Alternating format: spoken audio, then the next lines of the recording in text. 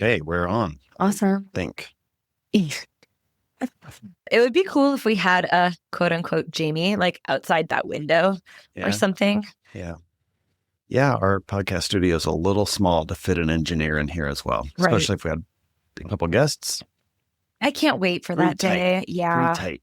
That's going to be so fun. I've been thinking a lot about what that will be like to be able to sit with our members this way, because so many really valuable conversations happen in here already. And I have to say, as someone who has been interviewed on another podcast before, it's a little bit daunting because you're a little worried about what you're going to say sometimes. If you get too comfortable, you might share too much. That's a real risk. But I think a lot of what our members would have to share would be really valuable. I'm sure we get repetitive with our stories and anecdotes and things, and people have a good grasp on like what we're currently working on. And so to open that up to the community in a bigger way is going to be awesome. Yeah. Can't wait. Just know that we're waiting on equipment right now, right? Yeah. Yeah. We want a mixer and 2 more microphones. Still bootstrapping equipment. Yeah. Yeah. 3 more microphones because your microphone is dying. My microphone? Oh, not like currently, but just in general. Just in general. Okay. I have to do a lot of post editing just to make it work. So that's what we're dealing with. But that's how we do. Yeah. It's amazing. Sometimes it feels like we've come a really long way, and then there's like still more things that we still want to add. Like, when does it stop? It never stops. It never stops. Businesses are like kids. They just need more, and they just need more and more. Don't they need less and less? You pay for their sport, and it's like, oh, and they need shoes, and they need pads, and they need a waiver, and they need this and that. Yeah. I used to joke that my kids would wear burlap sacks until they were fully grown. Until they stopped growing out of their clothes. Yeah. I know that wouldn't really be the case. I'm sure there's a lot of excitement with like getting a new outfit, as I do for myself. Yes. Yeah. So probably not, but I always thought that was the economical way of going about it. Makes sense. Okay. So we talked about today being a conversation about the hierarchy of fitness. Yes. And I wrote notes. And I did not. That's okay. You're so much better at riffing than I am. You're going to carry us, honey. I will not carry us. My voice may carry, but I will not carry us. And so when I wrote down hierarchy of fitness, I also wrote in parentheses health. And then I started to kind of build what I thought was a pyramid from the bottom up of like the important steps to kind of nail down before moving on to the next skill or implementation or whatever it is. And then I realized it's not a pyramid at all. Oh, it's interesting that you would say that, because I was going to have a hot take about this. Okay, let's hear it. Yeah, everything sort of depends on everything else. And so it's more like this circular thing rather than a pyramid or anything that's foundational. So if I were going to build a pyramid, we talked about this the other day, is that like sleep would probably be at the foundation of that. If you're not getting quality of sleep, everything else suffers. And we'll get a little deeper into that. But I guess my point is though, you can't get good sleep if you're not moving enough either. Yeah, I think they're all in line with each other. And it's like you have little levers. Yeah. And as soon as you ramp one up, the other ones fluctuate as a result. Like they're all dependent on each other. And so I wrote down 4 things. Cool. I wrote down 4 things so far. It's like not complete, but feel free to add. Here we go, folks. Okay. The sleep, movement, like regular movement, whole foods / adequate calories. And then I wrote supplements. This feels like, that episode of The Office. It's called Business School. And Michael Scott says something like, there are 4 different kinds of business. Railroads. I can't even remember what the other ones were, but it was obviously like not including all things. That's funny. And so this is what it felt like. It's like these were just kind of the things that felt glaring or things that we were talking about. And I'm sure there are more that will come up.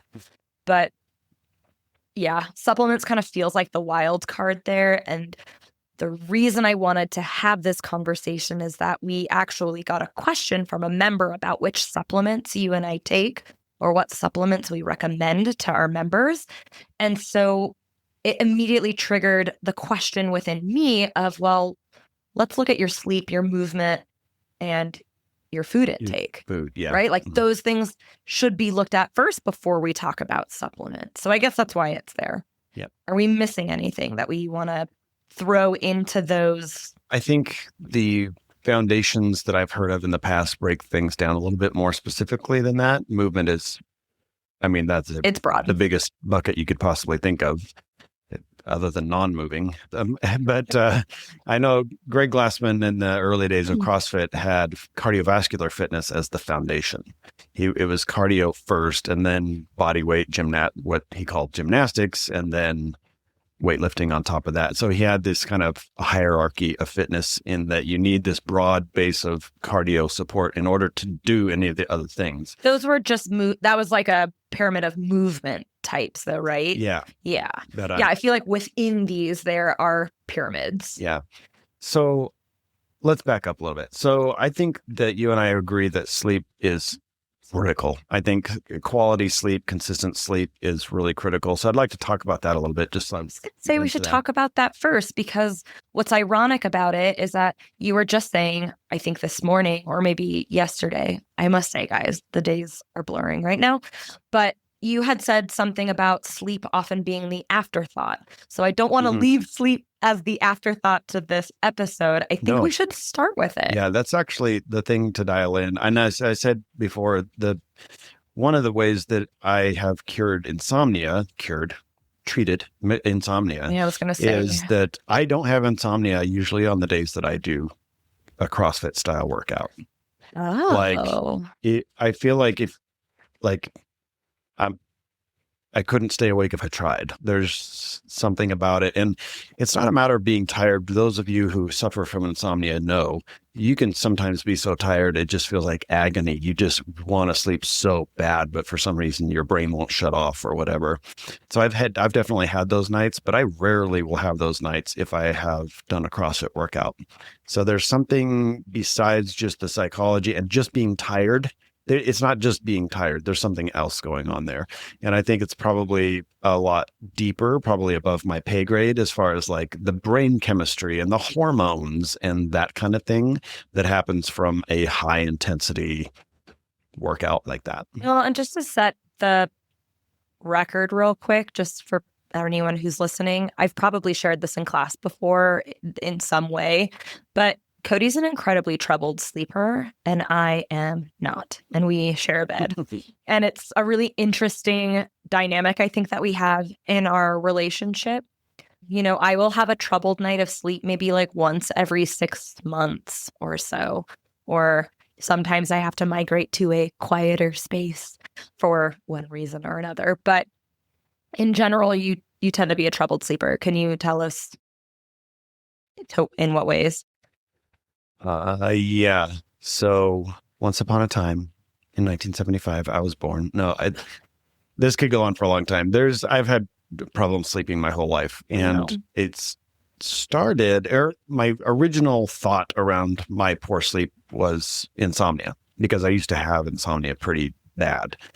And that's just like staying up all night. There are a lot of types of insomnia, and my type was the getting to sleep type. I just couldn't shut down. And so I would lay there, and no matter how tired it was, like I said, sometimes to me, there's a difference between being tired and exhausted. I take that word seriously. And some people, I think, is like, oh, I'm depressed when they're a little sad, or, oh, I'm exhausted when they're a little tired.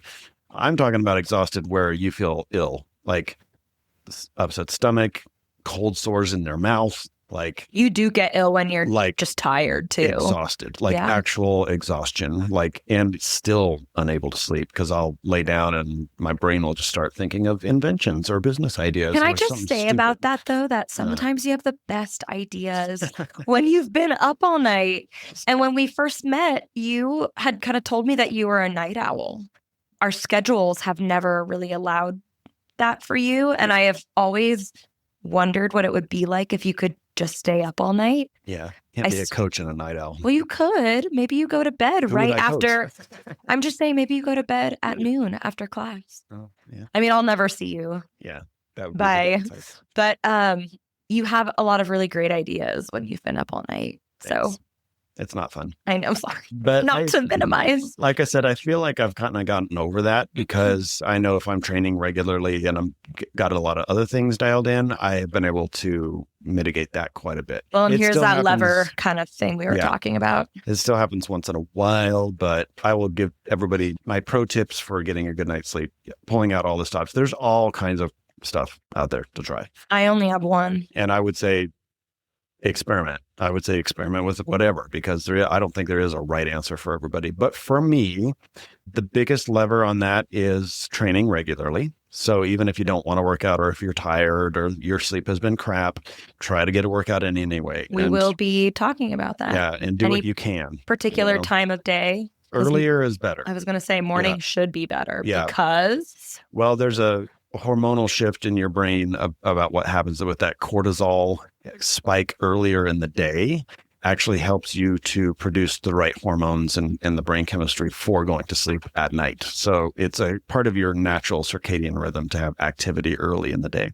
I don't necessarily have that luxury. My schedule just doesn't allow it right now because of our coaching schedules. So even in the early afternoon is fine. If you're somebody who has to work out after work at 5 p.m., I feel for you. It's better to do it then than not at all, but it will make going to sleep in the next couple hours a little trickier for you. Well, and I can attest to somebody who doesn't work out in the evening. I coach into the evening. I'm not even exerting the same kind of effort.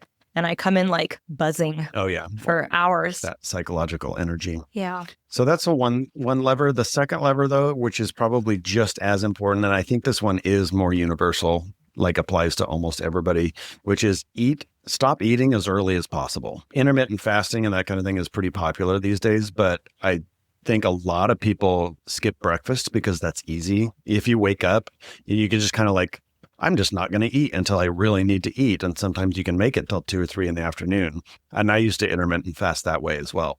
But taking in food within 2 to 3 hours of trying to go to sleep actually raises your heart rate, raises your body temperature. Hell yeah, it does. All the things that you don't want for sleep. You want your core body temperature to drop a little bit, and you want your heart rate, your resting heart rate, to be as low as possible. Those are the two metrics that actually determine whether you're like ready for sleep or not.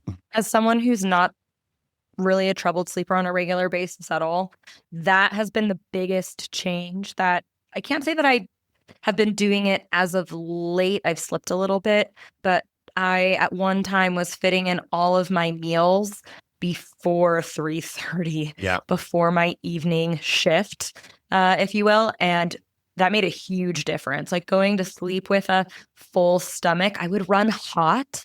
And waking up hot and sweaty and disturbed is the worst. And so just eating earlier, 3:30 could be considered extreme, but maybe I'd have like a snack on me, but I'd try to like cut it off at 5 if you and I were going to wind down for bed at 8:30. Yeah, made a huge difference. Yeah, the earlier the better. So I don't know if what I'm doing is called intermittent fasting. I don't know if you could categorize that, but I have a pretty fatty and protein-rich breakfast. And then I don't eat again until 4-ish in the afternoon, and that's my dinner, and that's it. I eat those 2 meals, and that's it. So if I really stick to that, then I tend to sleep better. Yeah. I just want to circle back to what you said about maybe it's not really considered intermittent fasting. And I would say that me eating dinner earlier, I wouldn't call it intermittent fasting either, probably because I don't stick to it during the weekends if my schedule is open. But this reminds me of a conversation that we had in class in Barbell Club last night. One of our members dropped off a protein packet of ramen.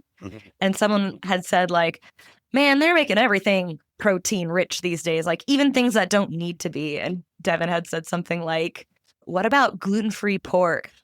Just like taking the marketing opportunity. I was telling them about like the oatmeal too that we had bought that was supposed to be like quote unquote protein rich, but it was the exact same as the original. It just was marketed differently and priced higher. Yeah. But it was exactly the same. Yep. Yeah, it's just kind of a good buzzword. Of the protein Pop-Tarts I saw the other day, I'm like, man, that's just garbage.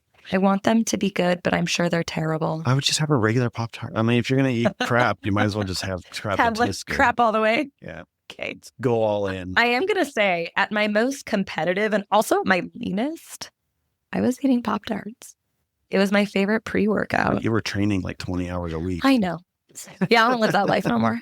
Yes. Sleep, eating. Well, that was the last thing. Working out consistently, even when you don't feel like it. Stop eating as early as possible in the evening. Those are the two biggest levers, I think, for sleep. Other than that, there's just a lot of stuff that's kind of intuitive or frequently mentioned online, which is like sleep in a cooler bedroom.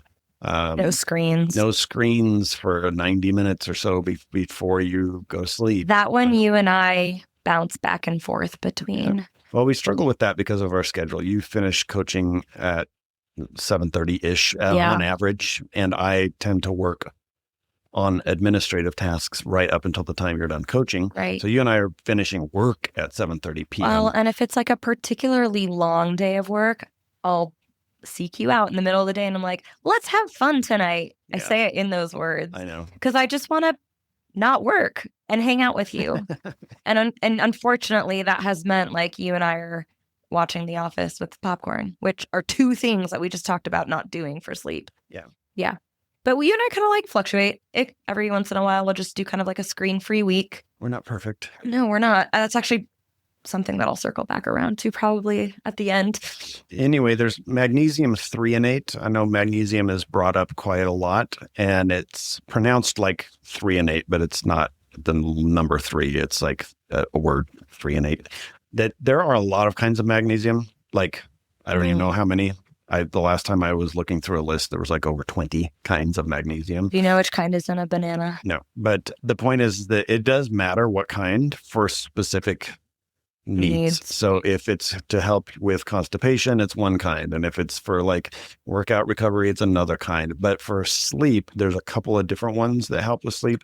I have found threonate to be the one that actually did seem to make a difference when I was taking that regularly. Do you remember at the beginning when I had said that even within these categories are probably pyramids within themselves?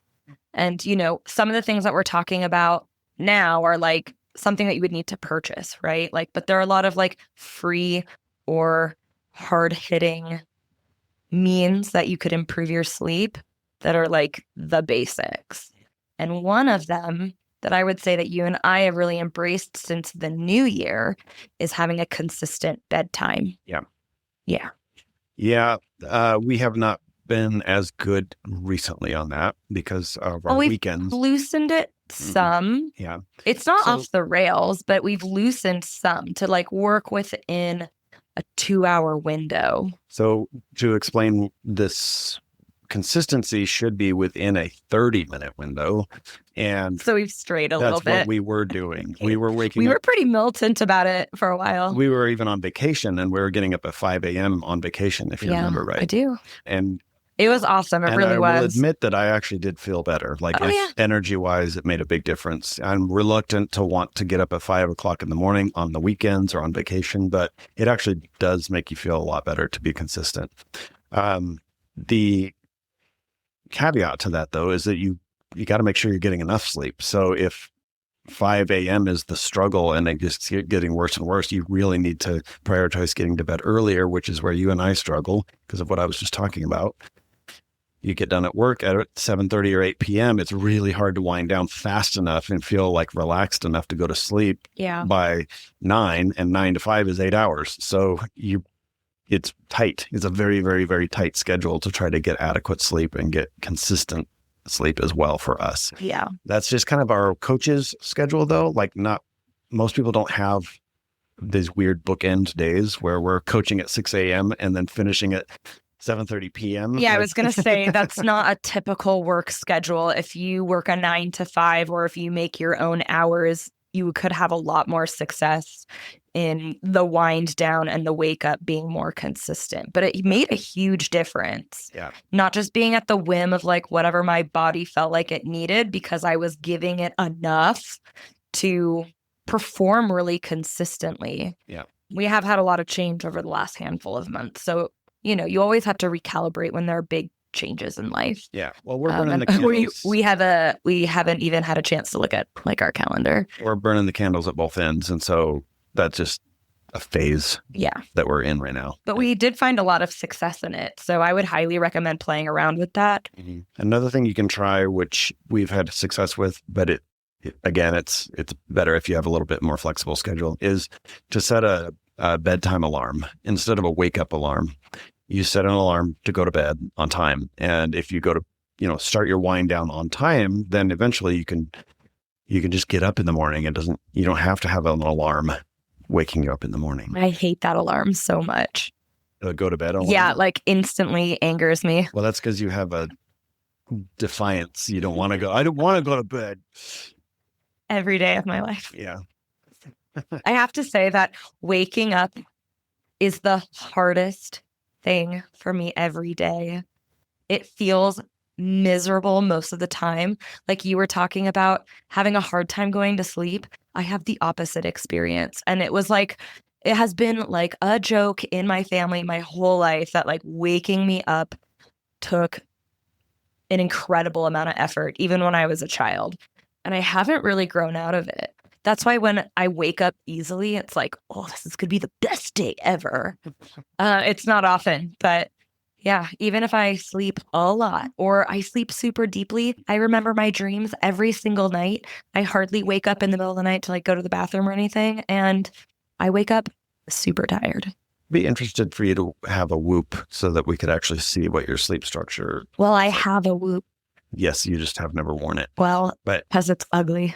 Maybe just wear it. Could I just wear it to sleep? Part-time. Part-time. But REM sleep is when you dream, and deep sleep you don't dream. So you may be fascinating. Okay, so I don't know shit about sleep. In deep sleep. Yeah. So I've learned a lot about sleep structure after wearing my Whoop, and it's a little pathetic sometimes how much like deep sleep I'll get. It's like, oh, you got 90 minutes of deep sleep out of 8 hours that I was in there. What's a good ratio? I think 3 hours would be better. 3 hours of deep sleep, and then a couple hours of REM. It's in cycles, so it's not all at once. But that for me, I think would be an amazing night's sleep. So those things have helped me the most as far as getting to sleep and curing insomnia. But what I've found out recently through a sleep study is that I also have severe sleep apnea. And usually sleep apnea is correlated with being overweight. I mean, they're almost like consistently correlated. People who are overweight almost always have sleep apnea.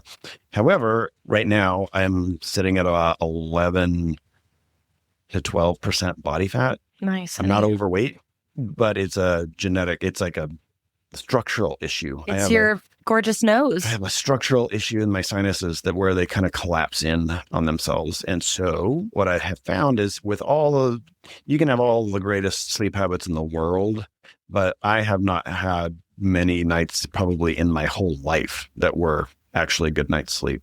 So I am exhausted all the time. You could be a totally different person. I think I will be. Yeah, I think I will be. So I will be exploring the whole sleep apnea machine situation as a temporary measure. And the reason I'm saying temporary is that I've also discovered some new exercises. Finally, it took me a long time to find these, but actual exercises to increase the structural integrity, I guess, if you will, of your palate and your nasal passages through some certain like tongue exercises. Yeah. So I'm going to be implementing those along with the sleep apnea machine. I'm hoping that if the CPAP can actually improve sleep quality enough for me to get healthier and then do the tongue exercises to wean myself off the machine, this is my plan. We have a member who recently got a CPAP and they even named it. And they said that their life has changed dramatically. So I really hope that for you. Yeah. Yeah. Me too. So sleep. Yeah. I was going to say that my only one sleep recommendation that I ever got was like from my mom. And she said, not having kids. She said that she had great sleep before she had kids. And I don't have kids. So perhaps I will sleep well for the rest of my life. Perhaps. Yeah. So other than that, so what's next on the hierarchy for you? Well, so we talked about food in the last one, right? We were just talking about not eating before we go to sleep. And so maybe food should be next. So I have another hot take about this. Hot take. Yeah. There's this often repeated phrase, I think people feel smart when they say it, of that fitness is 80% nutrition and 20% exercise. That's it? And I think that's, first of all, you can't say one is more important than the other. I think it's kind of a silly thing to say at all. But I also feel like I have seen in so many instances, you have to remember that there's some psychology involved in your fitness, and that people who work out find it much easier to eat clean food because you are psychologically prepared to want to fuel your body better. And so, well, it brings a different context to food, right? Yeah. Like it brings an entirely different motivation, One of our which I think is really powerful. Yeah. One of my clients the other day was just saying that he goes to Safeway after his workout and he always makes way better choices. I think I know who you're talking about because I saw somebody right after their workout when I went to Safeway. So he's like, yeah, I don't want to buy junk food after I just worked out. And so, because you're kind of undoing what you just did for yourself super well. Yeah. And got those endorphins and everything. My big hack for that, like it's not my idea. Everybody kind of knows this, but take it seriously. If you want to stop buying junk food, eat before you go grocery shopping. Oh yeah. That's a really good one. Do not ever go to the grocery store hungry. It's such an easy way to have cravings, and sugar looks way better when you're hungry. So if you're trying to get the garbage out, never go grocery shopping hungry. When it comes to food, I had written that it's not necessarily just the quality, which I feel like that is a really easy conversation for us to have in terms of like eating whole foods and like cooking your own meals and like knowing what you're putting in your body and making sure that garbage is sparing, if at all. But I also want to talk about quantity as well. That is, I would say, just as important as quality when it comes to fueling your body enough. And we're talking about how to support fitness. And when we're talking about food quantity, it's about what is going to be enough to allow you to perform on all cylinders. You know, if you are walking into the gym feeling like garbage, it would be worth asking yourself, you know, in the readiness score, I wish it was in there. And Train Heroic was like, did I eat well today? Or did I eat enough today to like walk into this gym feeling like I'm in fighting shape? I was saying about earlier about how I ate Pop-Tarts before training, but timing a meal before training was something that I was doing at the time. Or, you know, some quick calories to like fuel my workout. I know a lot of our members come in fasted, especially if it's an early morning class, which I can understand to some degree, but I can also imagine that that could be somewhat of a deficiency if we're doing like a heavy lifting day, potentially. It could be. I do think, though, that people are highly adaptable. Yeah. And individual, of course. I think if it's consistent, I don't think it matters as much. I think if you're the type of person who always trains fasted, that you will probably make just as much progress as somebody who feels like they have to fuel before their workout. Well, hopefully the post-workout is with that in mind. Yeah. Right? Like, don't be eating like just a banana and toast right after a workout if you went fasted. Yeah. Yeah. But you do have to fuel it at some point. Absolutely. So it doesn't necessarily have to be pre, post, during, whatever. The only time nutrition is really important during is, and even then there's a lot of controversy about this, but for ultra runners or people who are actually exerting for an hour or two at a time, that makes a big difference consistently, a runner. But, well, in weightlifting, you know, in the back room, I always had snacks because you're competing over a 2-hour period. Yeah. Even if you're only lifting on the stage for 6 minutes, you're lifting at over 90% effort. Yeah. Multiple times over a 2-hour period. And so you need to stay, you have to keep yourself from crashing. Yes. Yeah. Another hot take, I'm just full of them today, though, is that no notes, but just lots of hot takes. People who stop working out in a CrossFit workout to go get a drink, I I've done it, but just know that that is you just taking a rest period, because you can't get dehydrated fast enough or rehydrate fast enough for it to actually matter. If your workout is 20 minutes or less, it doesn't really matter. You have to hydrate before the workout to stay well hydrated. Okay. Hydration is not something that can be fixed in 10 or 15 or 20 minutes. So that drink you're taking is actually you just taking a break. Ouch. Okay. I don't really have a lot to say about that. I'm not saying it's bad. I'm just saying what it really is. You're just saying it's false. No. Yeah. So I also take breaks during, Yeah, breaks are fine. I encourage breaks all the time. One reason that I wanted to talk about quantity, and I've had this conversation with so many of our members, usually when we're having a sit down on the in-body scan appointment, we have the opportunity to find out what your basal metabolic rate, your ability to metabolize your calories. And there's a little bracket in there of like where your optimal range is. And it gives you an amount of calories that you would need to consume in order to maintain your current composition or your current stats, if you will, if you were on complete bed rest. And unfortunately, a lot of people find themselves being like, oh, great, that's exactly what I'm eating. And I'm like, no. You're doing a lot more than bed rest, right? You are training here at the gym. You are gardening. You are hiking. You are ranching. You are eating. Yes, that requires energy. And so making sure that we eat enough is not only what allows us to perform well into the gym, but it's also like, how do we recover from that time in the gym?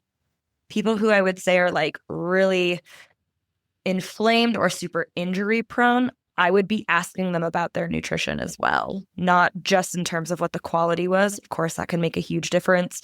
There are a lot of like anti-inflammatory diets out there or ways of eating, but just simply getting enough calories. If you are lifting heavy or pushing yourself with an incredible amount of effort, that also comes with needing to nourish a body that is working that hard. Yeah. I'm going to name drop now.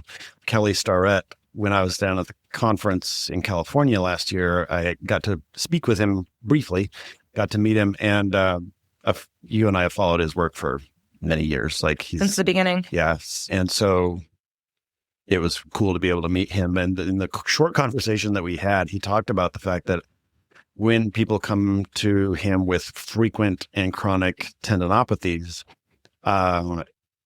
it's almost always associated with some sort of protein deficiency. And he's like, a lot of people who are vegetarian and vegans have tendon issues, and it's not politically correct to tell them that that's why. But he's like, but we have to tell them that's why. Yeah. And so he didn't pull any punches there. And it was kind of interesting to see, because it is a touchy, politicized topic, and it doesn't need to be. It doesn't need to be. You have to physiology, realistically look at what you're putting in your body having potential consequences. Yeah. Right? Yeah. Yeah. It doesn't have to be personal. Yeah. It's not a personal attack. It's not a moral or ethical issue. I'm just saying that we see this high correlation of tendinopathy with a lack of protein, either not getting enough protein or not getting good quality protein. Also, just before we move on from this, I've been reading a lot lately about aging is a bitch, man. Aging it gets you in so many different ways. But you're swimming upstream. Talk about getting at least a gram of quality protein per pound of body weight as sort of a baseline that we shoot for. And unfortunately, as you age, you also digest protein less efficiently. That was something that Amy had said at the nutrition talk at the health fair. I think Karen had asked about it, and I didn't know about that. I thought that was fascinating and makes a lot of sense, doesn't it? Yeah. And unfortunately, we see the opposite with our aging populations. They tend to eat less, and they need to be eating more protein and really to offset that degeneration. Yeah. So I'm right now, even though I'm only eating 2 meals a day, I will supplement with some whey to get that extra protein in. And on the days that I do get my whey protein in, I'm hitting 220 grams of protein per day. But I'm keeping calories pretty low. So I've been getting leaner. So they're real dense. Over the last 18 months, I've gone from 18% body fat to 11.9 or something like that the last time I scanned. So it can be done. and you don't have to starve yourself, which I think is the point you've been trying to get to here, is that you have to have enough calories. You can't just starve yourself to fitness. Well, and the thing about saying starve yourself to garbage. fitness is I feel like there's something not quite accurate about that, because I think we are under fueling accidentally. I don't think people are intentionally doing that. I am just finding a trend that people are not eating enough for what they're doing. And there are ways to actually calculate what that is. I know that counting calories is not for everyone, but at least if you can give yourself an idea of what a day's worth of food could look like for you to live well, to perform better, to sleep better, right? Like all of these things have to do with each other. How many times do we hear members saying that it's hard for them to sleep because they ache, right? Like they've got inflammation, like whether it's a result from the workout or their lives or whatever it is, but food is part of healing that, right? Food is part of recovering and rebuilding. And so we have to think of that as just as important. Literally what you're made of. I know. I mean, the thing is that we've become so far removed from what food is meant for. And one thing that I'm really grateful to over the years is I, at one time, really built a good relationship with food that was purely about the fuel. I was so motivated to be the best athlete that I could be. And so that relationship really changed. My life's really different right now. So, you know, I'm not hungry for PRs and I'm not hungry for being the best weightlifter in the state or anything like that anymore. So, you know, living well is kind of a new motivation to get used to. It sadly doesn't feel as potent, but I do know that when I'm eating enough, which is collaboration that I do with a nutritionist, to eat enough calories a day, I feel great when I do it. You know, it's not perfect all the time. Consistency doesn't mean 100% every day, but there will be, you know, time frames where I'm like on it like day after day, and I can kick ass in the gym and bounce right back and do it again the next day. And, you know, there might come a day where I can't do that because of what we were just talking about with aging. Like there might just be such an uphill battle at some point where that's just not possible. But it's a good reminder now that when we dial in these things like sleep and food, that we could be feeling so much better. Mm-hmm. It's just, we can also adapt, like you said, to, you know, working out fasted. We can easily adapt to not feeling great and thinking that that's the norm or that's okay. Yeah. And sometimes there's an odd disconnect too. It's kind of shocking sometimes with things like tendinopathy or back pain. I recently put together a back pain course, basically on some things you can do to help solve your back pain.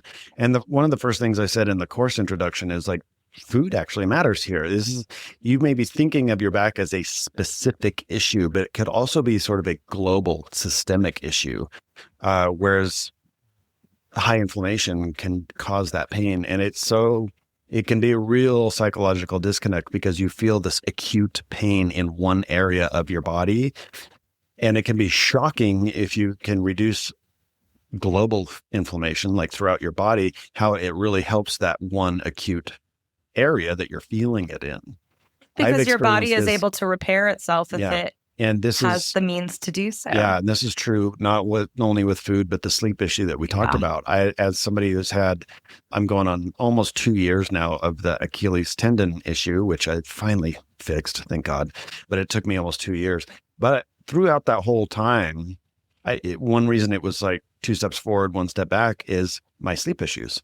And I know this because if we are like on a weekend, I get a nap in or something like that, a little bit of extra sleep, and I can walk pain free. And then I have a couple of rough nights and it's like inflamed and just really painful, but it was very specific. It was my heel. It wasn't my whole body. It was like my heel. But I know that there was a strong correlation to sleep quality and your ability to heal. Yeah, it's a stressor. Yeah. Right. So yeah, the sleep and the food really make a big difference for very specific issues that you might be experiencing.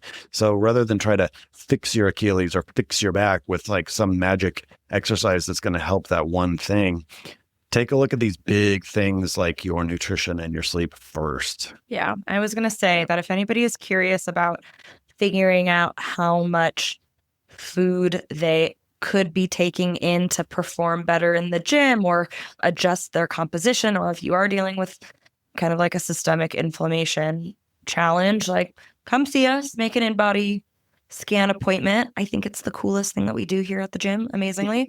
And there's a really great app that InBody has that, you know, you figure out what your goals are, and based off of the information that you get from your scan, it's going to tailor what, not necessarily a meal plan, but it will give you a snapshot of like, okay, my goal is to build this much muscle. It's going to take this many meals of X amount of calories or protein to do that. Mhm. And I think for a lot of people, it's like really eye-opening.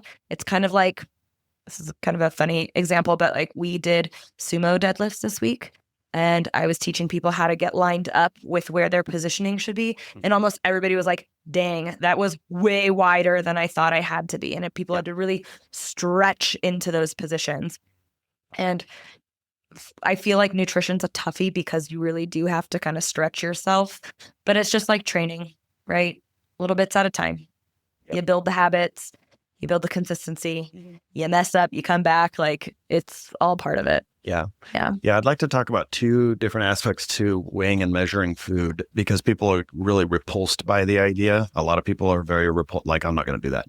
First off, I just got to say, well, how important it is. How important is this to you? Like, Yeah. do you want to fix yourself or not? Because having It's a slight inconvenience. having a food scale is, I don't know why people think it's such a big deal. It's really actually not. You put your plate on it, you put your meat in the plate, and then your scale tells you how much meat you just had. It's really not Well, that big of a deal. I think the stigma around having a food scale is like it might mean that you're like signing up to have like neuroses around food, and you might not want anything around that. I don't think that's true at all. Like you said, like there are people who need to, they need to help their bodies. Yeah. And this is a really sure avenue to do it. Yeah. So that's my first thing, is like, how important is this to you? Like, you know, before you resist it. The second thing is, if you get consistent with what you're eating, you only need to do that for like 10 days straight. If you just do that for a week plus a couple days, and the reason I say 10 days is that we tend to eat differently on the weekends than we do during the week. So you need to train yourself what consistency actually really looks like. Yeah, what it looks like, what you should have in your fridge, like what a meal looks like to you. Yeah. So sometimes weighing and measuring literally only has to be done for about 10 days. And then if you just kind of stick with the same program and you're just kind of eating repetitively, you don't have to weigh and measure the rest of your life. You I can would just say dial it in once in a while. there's one exception, and that's peanut butter.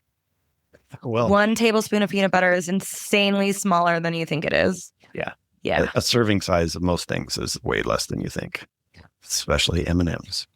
But I would imagine that one's really high, Yeah. actually. the other tip that I have around that, though, is in conjunction with what I just said, which is just, I call it, I think the best diet in the world is one I call eat the same damn thing. You just eat the same damn thing every day.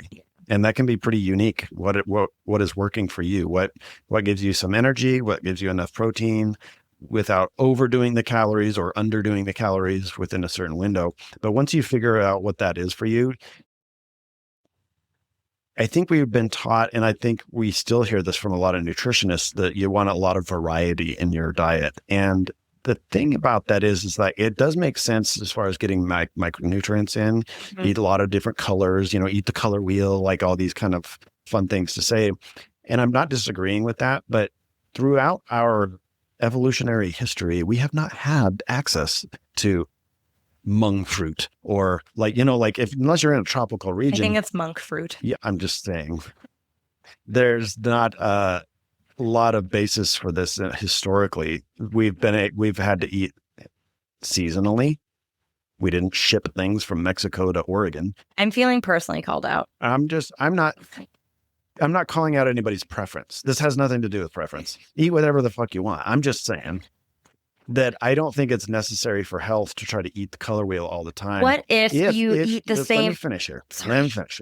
When I'm changing body composition is what I'm talking about primarily. If you're wanting to lose weight, get lean, whatever you want to call it, find 3 or 4 meals that work for you and don't eat anything else for like 6 months. You will be shocked at A, how easy it is, and B, how effective it is.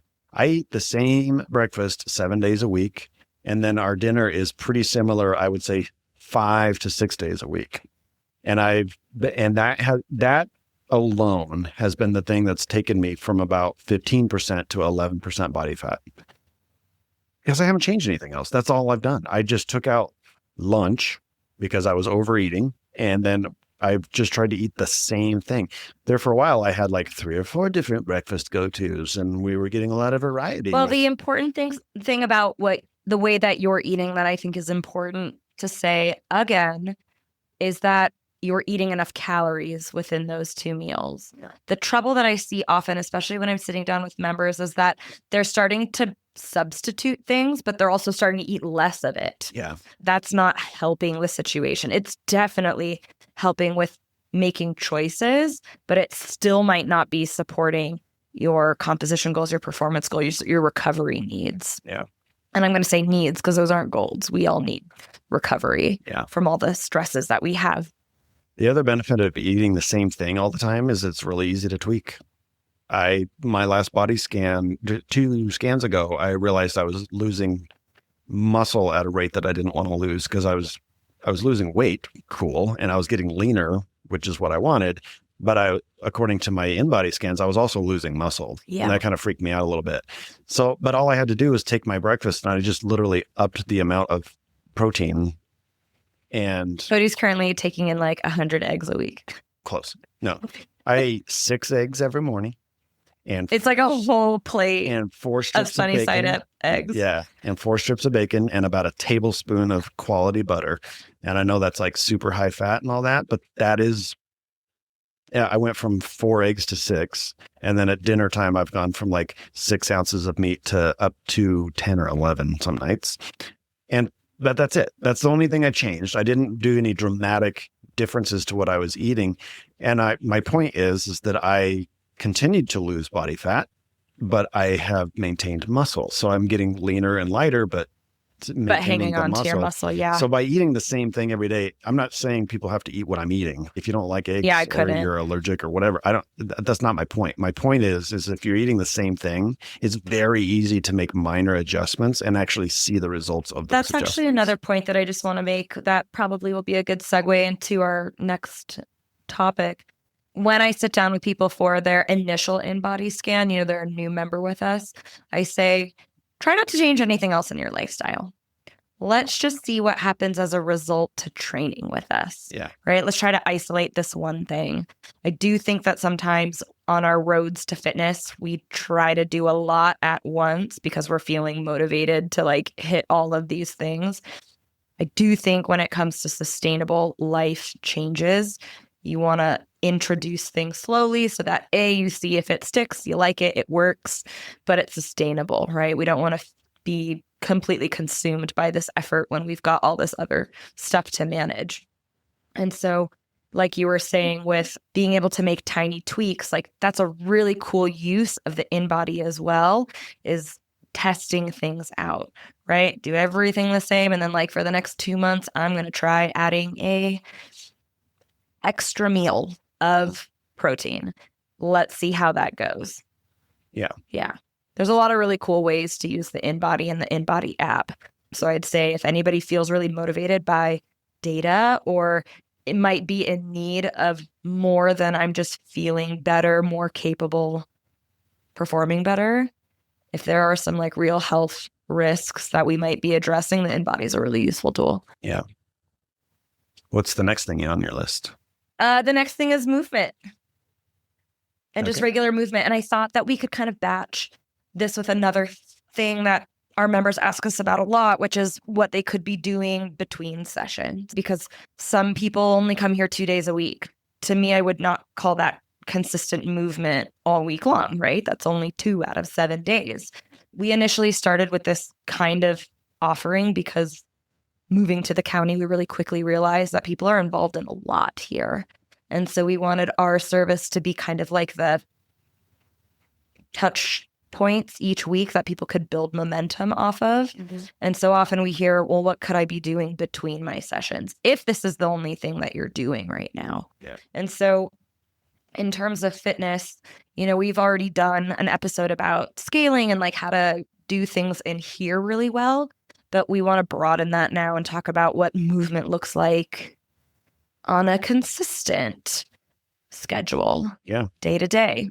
Yeah. And I think it kind of depends on who you are and where you're at. But what I tell people is that we want to coach you during the most intense, high impact type of training that you do. Yeah, so it's done safely. Yeah. So when you're doing the heavy weights or the high intensity stuff, you're working with your coach, because I don't need to watch you walk for an hour. Oh, no? Yeah. We try to do that like biggest bang for your buck kind of thing while you're in here. But that doesn't mean that should be all you're doing. So mobility, recovery work meaning like walking, getting your steps in, if you want to call it that, is really critical for continuing to get circulation through the joints and those tissues that you've worked so hard on in here. Movement is magic, and active recovery is just as important as sleep. Maybe not as important as sleep, but it's pretty dang close to continue to move your body even with really low intensity. Yeah, I think having a little bit of a broader mindset in terms of frequency is also going to be helpful in some of the things that we've talked about regarding the other categories, especially when it comes to things like inflammation and injury. When we've talked about this in our consistency episode and probably with all of our members at one time, that to train the way that we train here in the gym sporadically is not safe. If you continuously move throughout the week, or if you're going to... if you come in sporadically, it's not safe. Yeah. Yeah. Yeah. If you just like come in a couple of times a month and like are intending to send it, full force, and like that is, if anything, that might set you back, right? Because you are risking injury at that point. Yeah. But if you are coming in consistently 2 to 3 days a week, that could be something that we're layering an open gym schedule or a session in, right? To either increase that or to be able to develop your skills or to get another day of lifting in. Like that is exactly why we opened the gym on Saturday. Most of us are off of work, and we knew that some people would take advantage of a third day. Yeah. Or a fourth day. Sometimes people come in 5 days. It's amazing. Yeah. Yeah. So walking, hiking, recreational activities like that are actually, they're not only great for recovery, but it's just so many reasons. So it's increase of blood flow. You're increasing your heart rate, even if it's minor, like a zone 1 or zone 2 type of cardio output, is still really great for long-term cardiovascular health. There's also the psychological aspect and sleep aspect, which is going to help feed into each other. Walking has so many benefits, especially, by the way, when you're walking, try to not look down at your feet while you're walking. If you're hiking, and you have to obviously watch where you step so you don't roll an ankle on some rock or something. But if you're walking around town or on a clean trail, you want to look out to the horizon, because believe it or not, there's some studies done where the pace of walking and the things that are going by you, like the scenery that goes by your eyes as you look straight ahead while you walk, actually helps to calm your nervous system. There's like some actual aspects of psychology that will help to balance your stress levels through walking. And so it's kind of an interesting thing. It's not just endorphins from the activity. There's also some correlation with your visual cortex and how your brain is interpreting that. That's cool. But that's not going to work if you're staring at your feet the whole time. Well, and I think it's also important to say that we have previously, I think in other episodes, talked about how walking is unlikely going to be the only modality that can get you to fitness. We're definitely talking about walking as like a recovery supplemental between workouts kind of thing. Yeah, walking is not a workout. Instead of, yeah. The only person a walking is for a workout for is if you're somebody who's been bedridden or, wheelchair for a long time or something like that, then obviously there's layers to this. But for the average person, walking is a recovery tool, not a workout. Yeah, if you're ever feeling like especially sore Or if you did a really heavy lifting day and you just anticipate like feeling stiff, take yourself for a walk. And I assure that you're going to come into class the next time feeling much more ready to get moving. Much better, yeah. Getting on your horses. I know lots of y'all have horses. Swimming at the lake someday soon. But yes, trying to get in some of that zone 1, zone 2 that you were talking about. I actually have no idea what it physically takes to ride a horse. I'm going to assume it's more than that. Not necessarily. But yeah, sounds like everyone's yard work is super physical. It's kind of interesting. Like the first couple weeks of like gardening season, people were telling me like day after day of like how painful it was. Oh yeah. And every year I don't garden, so I guess I wasn't aware of like how dangerous gardening can be. Yeah, I think we have 2 seasons here in Wallowa County. There's slip and fall season, and there's gardening injury season / snow shoveling. Yeah, I guess there's shoveling in both of those. Yeah. Anything else for consistent movement, which we're talking about all the time, of course. Yeah, I'm probably guilty of not doing enough mobility work or intentional mobility work. I don't think it always has to look like a stretching routine or a yoga practice, though. I think if you are warming up and moving through optimal ranges of motion, that is a type of mobility that you're doing. So just don't cut your reps short while you're in here. And that's actually part of mobility. But desensitizing tissues with foam rollers and lacrosse balls and that kind of thing, I find, especially as I age or nurse back old injuries that have been nagging for a long time, that kind of daily practice is actually really important. Nice. A lot of us have foam rollers. Y'all use them. Yeah. Use them, kind of like you were saying, to put an alarm on your phone for sleep, like maybe putting an alarm on your phone for like a little rollout. I know a lot of our members who have to sit at a desk all day long. I often say like, have a lacrosse ball in your desk. Mm-hmm. Yeah. And I often get questions about leg cramps and things like that with sleep. And people's go-to is always potassium. And first of all, it could be a variety of different minerals. That's what I was saying about bananas, not magnesium. Sorry. Yeah. So it could be magnesium, potassium, sodium. There could be a lot of, you want to experiment with a lot of different aspects of that. Staying very well hydrated. And I'm a big fan of LMNT. I hope they sponsor us. I have at least a packet a day with my big jug of water. So all that's important and I think often talked about. But one thing you can do if you are frequently getting leg cramps is try a foam rolling session right before bed. Try to desensitize some of those tissues, because some of that foam rolling, massage, lacrosse ball, whatever tools you have access to and know how to use, some of that actually is helping to shut down the nerves from being overactive. That's part of what those do. It's also helping sliding tissues slide better and like loosen up the fascia around those muscles. That can all contribute to situations of cramping or stiffness or things that might keep you up at night. So if that's you, give that a shot. It's not always potassium. There could be a lot of different things. It's interesting because like we've been talking about these things and pertaining to fitness, but it seems almost like the even more obvious overarching theme has been recovery.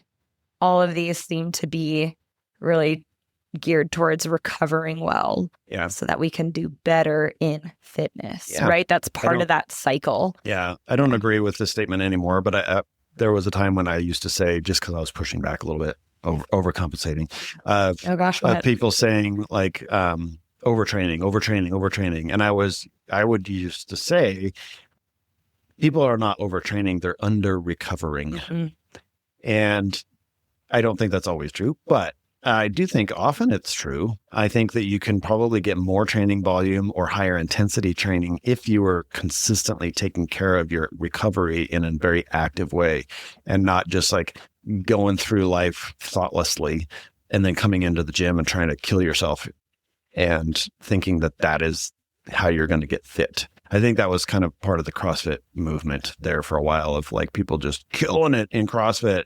And then the rest of their life was just like as normal, just like sitting at a desk, sitting and watching Netflix and staying up late or drinking beer and all this kind of stuff. To be proportionate, right? Yeah. Like that would be a really interesting way of thinking about your day, of like this is how hard I went into my workout. I need to do that same amount of effort or intensity for the recovery of it. Yeah. Right. If you came in and like, we're just trying to like move through the day and we're not like pushing ourselves too hard, then yeah, you can probably back off on your recovery efforts.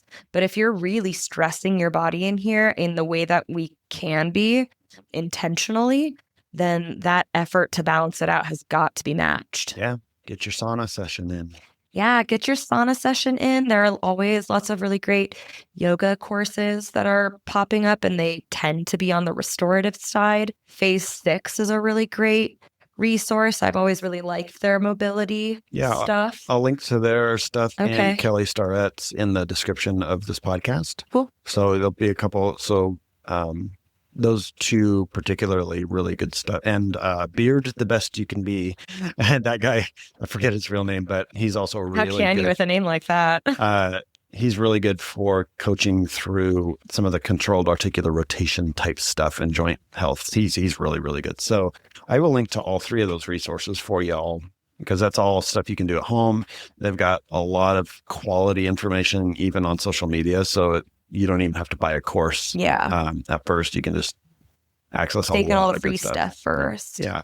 Okay, so the last one that kind of sparked the whole idea was supplement use. Maybe we should just start with the supplements that we use or have used. You want to do that here now? Yeah. I didn't prepare. I'd like to do a little more research before we hit that in a deep dive topic. So maybe a different podcast, we can talk about supplements specifically, but we can go through what we take. But well, I was going to say that was the question we were asked, is like, what do we personally do? Like, what feels worth taking? There's always kind of a debate of, is this worth it? I know, but I take a couple little multis that I would like to pick apart in more depth, but I need to do a little research on those. But share what you want to share. In general, because of my frequent tendinopathy issues, I do take in collagen protein as well as a little bit of vitamin C. That's supposed to be the magic combo. And ideally, that is a pre-workout situation. So I take my whey shake with collagen and a little bit of vitamin C midday. I don't really think it's a huge, like, it's not going to cure your tendonitis. Let's just put it that way. But I think with consistent use, it can actually help with building those collagen structures. So that's one that I take. Also, the magnesium 3 and 8 that I mentioned. I take a zinc every single night. Zinc is an interesting one because it's a bit of a bell curve to it. If you take too much, it's less effective than if you take a little bit frequently. So I take just one, I think it's 50 milligrams. 15 milligrams. I was going to say, I feel like they came in 5. They're really small. Yeah, it's 15 milligrams of chelated zinc in the evening. And I take it before bed. There's a lot of benefits to zinc. It's kind of a strange thing. I started taking it because it helps my immune system. I was going to say, when we feel something coming on or overly stressed from travel, we usually take a zinc. Yeah. And the problem with it, though, is it's got to be preemptive. So sometimes by the time you feel symptoms, it's too late. So that's why I just started taking it every night. And I tend to get sick less. However, there are some other really good benefits to it as far as like testosterone and growth hormone. And then you and I are supplementing with something right now that has copper in it. And if you can get copper poisoning, basically, you can kind of build up copper in your system, and zinc helps to balance that and process the copper. So there's just tons of benefits to zinc. What else do I take? I take whey. I mentioned whey is like the king of all proteins as far as quick and easy supplement and absorption. It's readily available. It's complete protein and animal protein and easy. And if you don't like the taste of it, drink it faster. You're so cutthroat about it. Oh man. Yeah, I'm trying to remember what. One of them that I'm going to do some more research on, and I'll get back to y'all on this one. But it's a vision supplement. There are actually supplements that you can take to improve your vision. And I have noticed that it has made a difference. I'm 51 and I'm still resisting the urge to have to use readers. I find if I'm not too fatigued, I can actually see a difference in clarity of reading after I've taken that supplement. And what about you? What about me? Oh gosh, when it comes to supplements, well, I know you know this, but maybe not everybody else does, is that I'm terrible at taking supplements. I'm a lady of chaos. I don't know. I'm not great with routines of any kind, and supplements have always kind of like fallen into that category. I'd say whey protein of all things is probably the one that I had the most consistently, and in like every way that you could do it. There was a whole year that I had made whey protein waffle sandwiches. There was a whole year where I would put it in the Starbucks from next door to my gym, and I would mix it in with their oatmeal, and I would call it gym slop. And then there were like the Progenics days where I would just like chug it, and the thing about whey protein is like, I think perhaps there is a lifetime quota that I met a really long time ago. You were just talking about drinking it fast, and like there is nothing that sounds worse to me than drinking whey protein mixed with water in a shaker bottle. And it's also because there have been many shaker bottles in my life that were like left in a hot car or in a gym bag. And it's mine. But I'm just saying, it's like the most horrific experience ever. It's the worst smell on earth. Yeah. If you have a plastic shaker bottle and you forgot to wash it out, just throw it away. Yeah, get rid of it. It will never be okay. It will never be okay. Yeah, I have thought about getting into whey again because I recently inherited a Vitamix from Wallowa County Classifieds, and I really want to use it. But I did say earlier that when I find myself eating enough, right, that is an amount that has been determined by my activity level, my basal metabolic rate, my composition goals, and my performance goals, all overseen by a nutritionist. Having nutrition support is just as important as having a coach for exercise, I would say, especially if that's a world that's either daunting or maybe, if there's any kind of like disordered experience with. And so I find that I feel great when I eat enough of all the right things. When I said that I felt personally victimized by your eating the color of the rainbow, I eat differently than you do. I try to change things up as much as I can because I'm focusing on keeping it interesting. Like I eat CrossFit style, right? It's like constantly varied, trying to meet all the goals. High intensity? Not high intensity. It's actually quite the opposite. It's like the easiest things that I could possibly make, but I try to keep it interesting so I don't get bored. And I'm somebody who kind of gets bored easily. So I always like to have something a little bit intriguing or new or whatever. And so eating those calories as opposed to supplementing them with a drink, I have found feels better for me over time. And, there are other things that I have taken in the past, like collagen, vitamin D, and fish oil that I just don't see myself taking as often anymore. Supplements are another expense too. And there have been many times where like in budgeting my life, those were kind of the first things to get cut so that I would make the most of the food that I was eating. So I don't know if I'm kind of trapped in that and always kind of thinking like that's the first thing to get rid of. But that was the inspiration for this podcast, was like, what supplements are we taking? And like, what might be better than a supplement when it comes to your movement, your food intake, and your sleep quality that might do the same for you that all the supplements you're seeking out are doing. And it's really to ask the question, am I mastering the basics of living healthily or like on my fitness journey specifically? And so that's why we don't want sleep to be an afterthought. That's why weighing your food is not something that should have a stigma around it. Like this is what it takes to change your body for the better. Yeah. Whether it's the way it looks or how it feels or the experience you have in it. Yeah. So I would say that it kind of goes both ways again, that it's not necessarily a strict hierarchy. I do think that people need to get their basics of just eating. When I say clean food, I mean like food you could recognize in the wild. You don't see a macaroni bush tree. Yeah, you're not going to go pluck it. Just whole real foods, consistent sleep, and training consistently. Those three are the big things. Once you have that dialed in, though, sometimes a supplement can help with your sleep quality, for instance. Sometimes, like creatine, can help your performance in the gym. So there's these. I wouldn't say that it's like get everything dialed in first and then supplement, because sometimes supplements do help you dial in those other big pictures.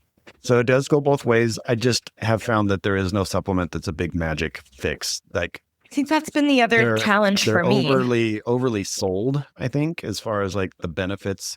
The benefits are real, but the benefits can be very minor, and they can Super be marginal, right? And they can be very cumulative over years. So it's not like you're going to start taking creatine and wake up like an Adonis the next day. I do take creatine in with my shake every day. So, and I take more than 5 grams. 5 grams is kind of like the go-to standard for muscle stamina. The studies show like you get an extra whatever, like 1.75 reps or something like that when you're taking muscle to failure.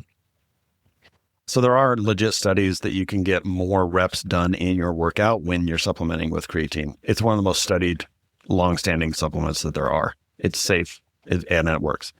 I take more than that because some of the more recent studies that they're doing on it has to do with aging and brain function.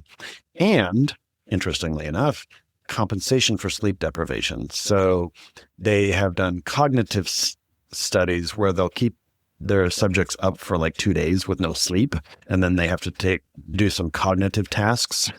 And the people who supplemented with 20 grams of creatine performed as if they hadn't been sleep deprived.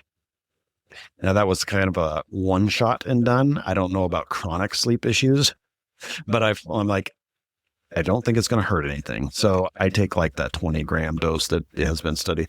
I don't know that that's great long term. I'm still doing some research, and I don't necessarily recommend everybody just go to that. But creatine, generally speaking, is super safe and there's just so much evidence of it working in so many beneficial ways that I'm like, why not? And it's super cheap.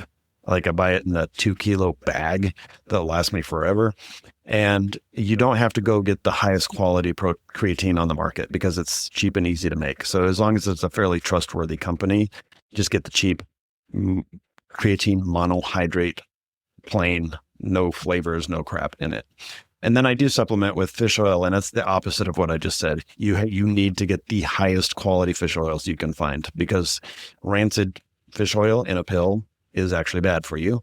And some of them aren't what they say they are. And the quality is so poor that you'd have to take a lot to get the amount of fatty acids that you're looking for. So I'm a big fan of Carlson's brand. They've been around forever. They're from the Netherlands, and they're just highly purified, excellent quality fish oil. But I will say, for a cost benefit, if you get to Costco, the Costco brand fish oil has also been studied through like Consumer Reports and that kind of thing to be very high quality. So fish oil and creatine round out what I take as far as everything I've mentioned. And those are 2 big heavy hitters. My problem with the fish oil isn't that I don't like taking it, it's that I forget because it's in the fridge and all the rest of my supplements are in the cabinet. So every once in a while, I'll miss out on that experience that you have with fish oil is like me with every other supplement. Like, I will just never think to do it. So fish oil is a natural anti-inflammatory. So when we were talking about injuries and stuff like that, it's a powerful recovery tool. And again, I take higher doses than what's on the label because it's not a more is better situation, but you do have to get what they call a therapeutic dose sometimes if you're working out very intensely or if you're trying to recover from injuries.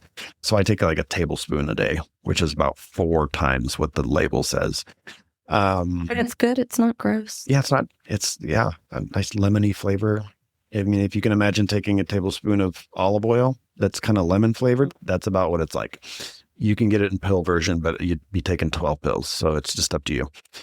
It's a natural blood thinner. So check with your physician if you are on medications that are blood thinners. You may want to not confound that.